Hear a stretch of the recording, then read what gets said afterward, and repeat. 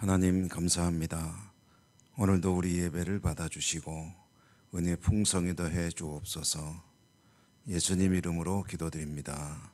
아멘. 찬송가 287장입니다. 287. 통일 찬송가는 205장.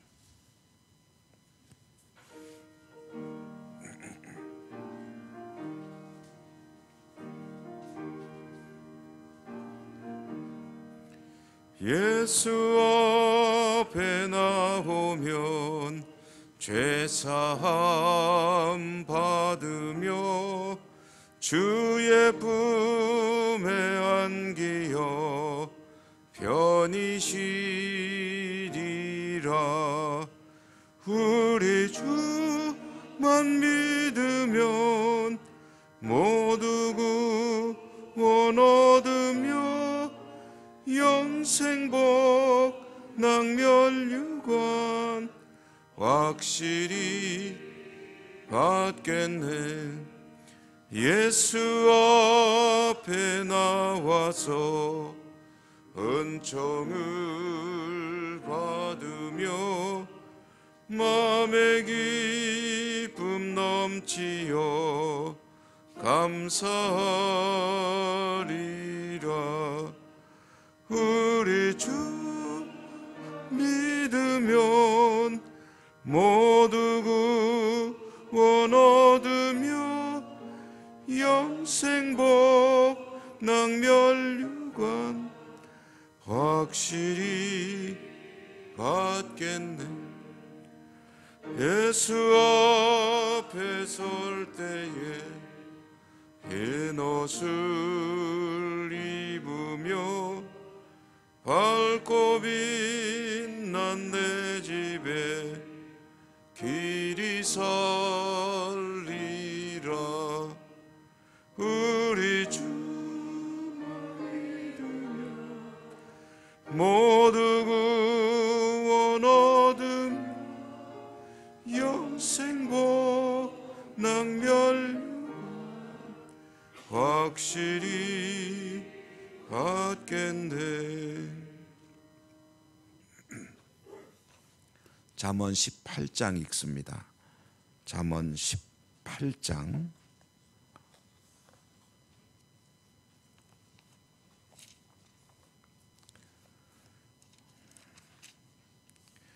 1절에서 12절까지만 읽겠습니다. 1절에서 12절. 무리에게서 스스로 갈라지는 자는 자기 소욕을 따르는 자라.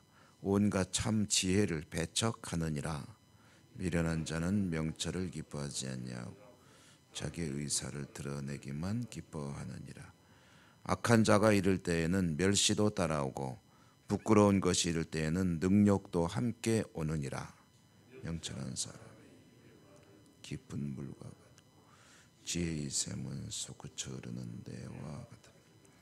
악인을 두둔하는 것과 재판할 때의 의인을 억울하게 하는 것이 선하지 아니하니라. 미련한 자의 입술은 탓함을 미련한 자의 입은 그의 멸망이 되고 그의 입술은 그의 영혼의 그물이 되느니라. 남의 말하기를 좋아하는 자의 말은 멸시고 뱃속 깊은 데로 내려 자기 일을 게을리하는 자는 패가 하는 자의 형제니라. 여호와의 이름은 견고한 왕대라. 의인은 그리로 달려가서 안전함을 얻느니라. 부자의 재물은 그의 견고한 성이라. 그가 높은 성벽같이 여기느니라. 사람의 마음의 교만은 멸망의 선봉이요 겸손은 존귀의 길잡이니라. 아멘. 오늘도 주님 은혜가 함께 하시기를 기원합니다. 이제 계속해서 우리 잠언 읽고 있습니다. 오늘도 이 교훈의 말씀, 지혜의 말씀 하나하나마다 그대로 실천 과제라고 생각하고 이제 읽게 되는데요. 적지 않은 내용을 다 다룰 수는 없겠고 몇 가지 마음에 또 와닿는 구절들을 뜻을 새겨보고 기도하도록 하십시다.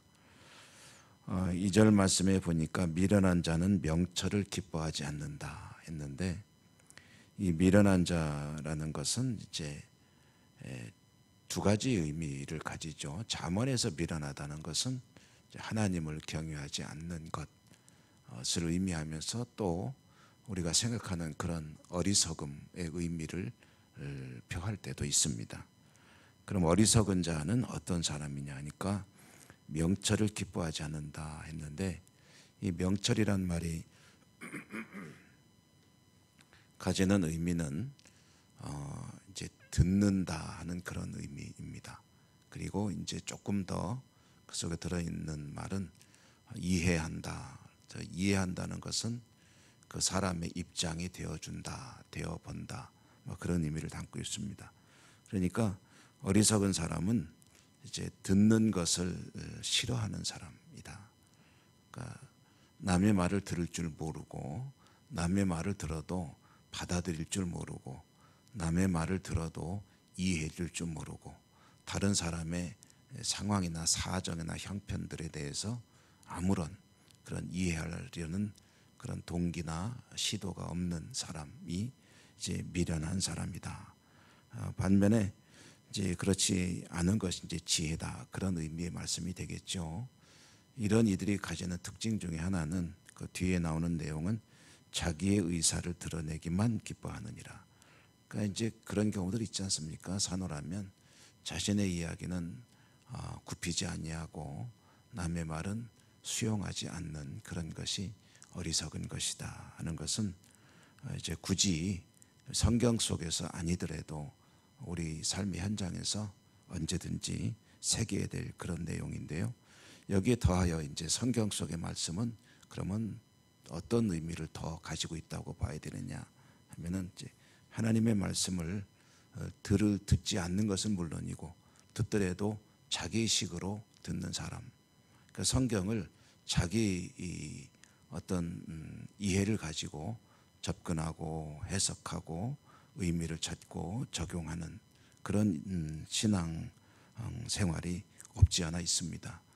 하나님의 말씀은 하나님의 말씀의 원래의 진리를 잘 따라서 이해할 때 그것이 생명이 되는 거죠.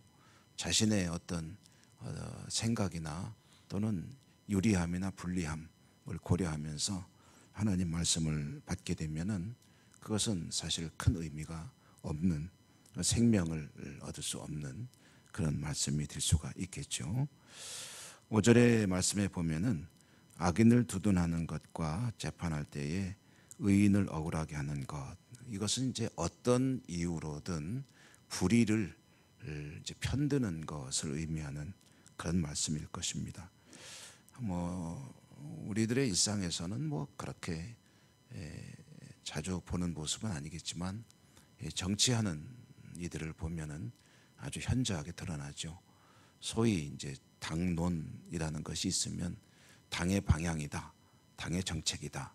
그러면 당원들에게 요구되는 것은 그 당론을 따라줄 것이 요구가 되죠. 국회에서 무슨 투표를 하게 되면, 그러면은 여와 야가 거의 의원 숫자만큼 갈리게 되는데, 그것은 자신의 생각이 아니라 당론을 따라가는 것인데, 때로는 그것이 불의한 줄 알면서도 그 당의 입장에서 이렇게 해야 됩니다. 이번에 누구를 장관으로 나서는데 찬성 투표합시다. 근데 그거 이제 가끔 반대하는 사람들이 있죠. 다른 뜻을 표하는 사람들이 있습니다. 근데 이제 오늘 성경 말씀은 어떤 이유로든 옳지 못한 것을 따라가는 것이, 그것이 틀렸다라는 그런 말씀이 되겠죠. 대세가 따른다 할지라도 자신의 소신을 밝히는 것이 중요한 그런 상황들이 얼마든지 있습니다. 특별히 하나님의 백성으로 살아가는 이들은 하나님의 말씀을 따라가는 일에 단호함도 때로는 필요하다라는 그런 말씀으로 이해합니다. 8절의 말씀은 참 재미있는 비유로 우리에게 교훈하고 있는데요. 남의 말 하기를 좋아하는 자의 말은 별식과 같아서 뱃속 깊은 데로 내려가느니라 했습니다. 남의 말 하기를 좋아하는 것, 근데 남의 말이 이게 참 재미있다는 게 문제죠. 특별히 남의 말은 좋은 얘기일 때도 물론 있지만 안 좋은 얘기일 때가 많죠. 수근수근 이러면은 그 얘기를 듣는데 그래 하면서 호기심도 가고 그리고 관심도 가고 그래서 듣고 맞장구도 쳐주고 뭐 그런 경우들이 많이 있지 않습니까?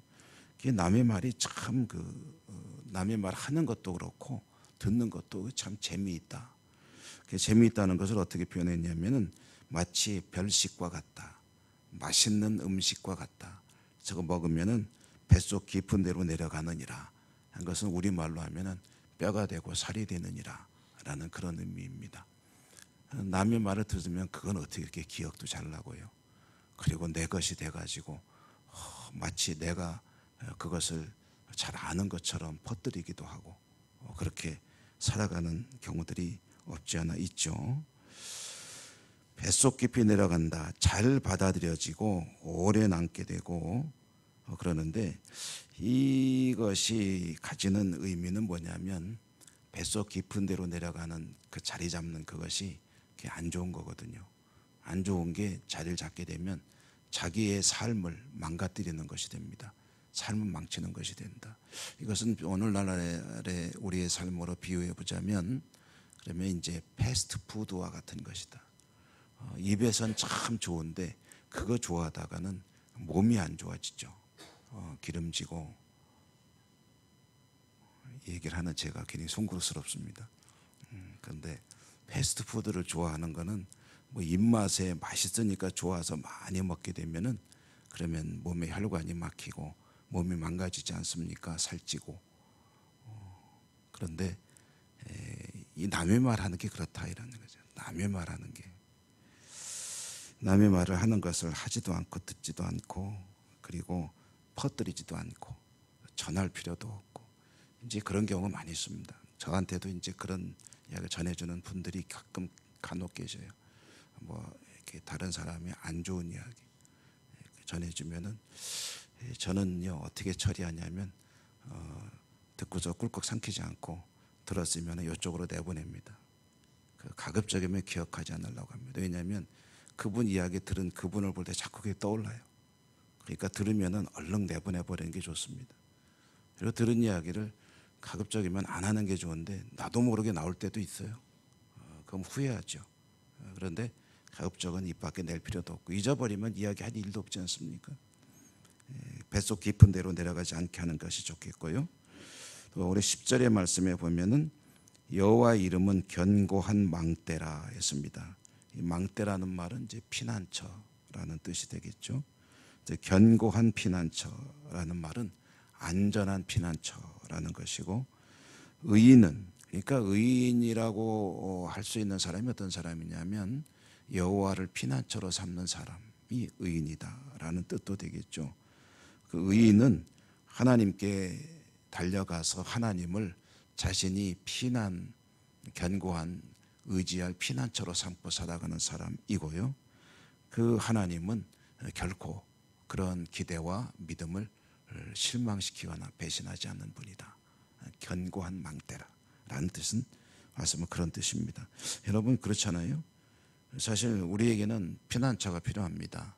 의지할 때가 필요하고 그래서 우리 사람도 필요하고 가족들이나 또는 친지나 지인들과의 관계는 아주 중요한 때로 우리가 의지할 대상이 되죠.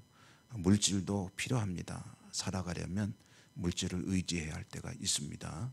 건강이니 뭐니 우리 삶에 필요한 것들이 많이 필요한데 그런데 그 궁극적인 피난처는 어디가 피난처가 되느냐? 하나님만이 아주 가장 견고한 피난처가 되신다. 왜냐하면요 다른 것들은 다 피난처가 되어줄 수도 있지만 아닐 수도 있다. 언제든지 실망시킬 수 있고 언제든지 허무할 수 있고 이렇게 기대려고 했는데 그것이 받쳐주지 못하고 같이 쓰러져 버릴 수도 있고 디딤돌인 줄 알고 디뎠는데 수렁으로 빠지게 하는 겉만 번지르르한 것일 수도 있고 그 어느 것도 안전을 보장하는 것은 없다는 거죠. 그럴 수도 있지만 아닐 수도 얼마든지 있다. 그러나 결코 그렇지 않은 피난처, 유일한 피난처가 되시는 하나님이 계시니 그 하나님을 찾아가서 하나님을 의지하며 살아가는 것이야말로 그 삶이 복된 것이 아니겠느냐. 그런 차원에서 그런 사람이 바로 의인이다. 이렇게 말씀을 들려주고 있죠. 인생의 결론입니다. 여러분 잠언을 읽으실 때는 이 사람이 괜히 한번 해보는 소리, 사람이 똑똑하기 때문에 지어낸 말들이다. 그게 아니라 자신의 인생을 살아보고 그 모든 것을 이제 응축해서 압축해서 모아놓은 삶의 지혜들인데, 근데 결론은 하나님을 경외하는 것이 지혜와 지식의 으뜸이더라 라는 말씀을 여러 가지로 이제 표현해주고 있는 것입니다. 오늘도 하나님이 여러분의 견고한 망대가 되는 복된 하루가 되시기를 축복합니다. 은혜로우신 하나님 감사합니다. 오늘도 저희들에게 또 말씀으로 만나주시고 깨달음을 주시고 하나님을 의지하는 삶으로 불러주시니 감사합니다. 세상에 많은 것들이 우리에게 필요하지만 그러나 유일한 견고한 망대가 되시고 피난처가 되시는 하나님과 함께하는 복된 하루가 되기를 소망합니다. 은혜 주시고 인도하시고 축복해 주옵소서. 오늘도 저희들의 모든 소원들을 하나님의 약속의 말씀 붙들고 올려드리겠습니다. 우리의 간구를 들으시고 은혜 풍성히 더해 주옵소서. 예수님 이름으로 감사하고 기도 올리옵나이다. 아멘. 하늘에 계신 우리 아버지, 아버지의 이름을 거룩하게 하시며 아버지의 나라가 오게 하시며 아버지의 뜻이 하늘에서와 같이 땅에서도 이루어지게 하소서. 오늘 우리에게 일용할 양식을 주시고 우리가 우리에게 잘못한 사람을 용서하여 준 것 같이 우리 죄를 용서하여 주시고 우리를 시험에 빠지지 않게 하시고 악에서 구하소서. 나라와 권능과 영광이 영원히 아버지의 것입니다. 아멘. 주신 말씀 기억하시며 기도하십시다. 우리의 개인적인 기도 하나님께 올려드리고 또 함께 기도하는 여러 가지 기도 제목들 하나님께 또한 간절히 부르짖어 구하십시다. 아픈 분들에 대한 기도 잊지 마시고요. 교회와 나라와 민족과 지구촌 평화와 또 자연재해 당한 지역과 우리의 기도가 필요한 선교지, 또 우리 교회 내에 연세 높으신 어른들의 건강, 겨울이 다가오는데 또 여러 가지 기도가 필요한 분들, 교회 학교 참 기도할 일이 많습니다. 주여 한번 부르고 기도합니다. 주여.